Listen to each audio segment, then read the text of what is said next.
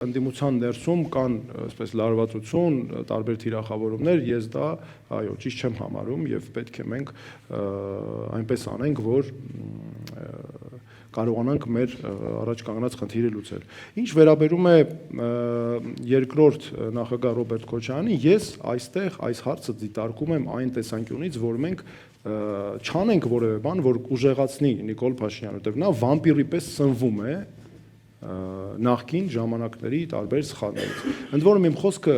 խնդրում եմ հստակ ասեմ, չի վերաբերում նաև թիմերին։ Իմ խոսքը միշտ վերաբերել է անձամբ պաշտոնաթող նախագահներին։ Եվ այստեղ խոսքը ոչ եւ այո, Նիկոլ Փաշինյանի ձեռնտու է փորձել կռիվներ անել, ինտրիգներ եւ այլն։ Եվ գիտեք, մեր ժողովուրդը սա ուզում եմ նաև մեր այցերի իմ տպավորությունները փոխանցել։ Մեր ժողովուրդը հոգնել է ինտրիգներից, մեր ժողովուրդը զզվել է ինտրիգներից, այդ գզվրտոցները, ինչպես մեր ժողովուրդն է ասում, իրար թիրախավորումները եւ այլն, այլ նրանք պարզապես ուզում են լինեն իրենց երկրի ղեկավարները մարդիկ, որոնք կարողանալու են լուծել մեր երկրի առաջ կանգնած խնդիրները։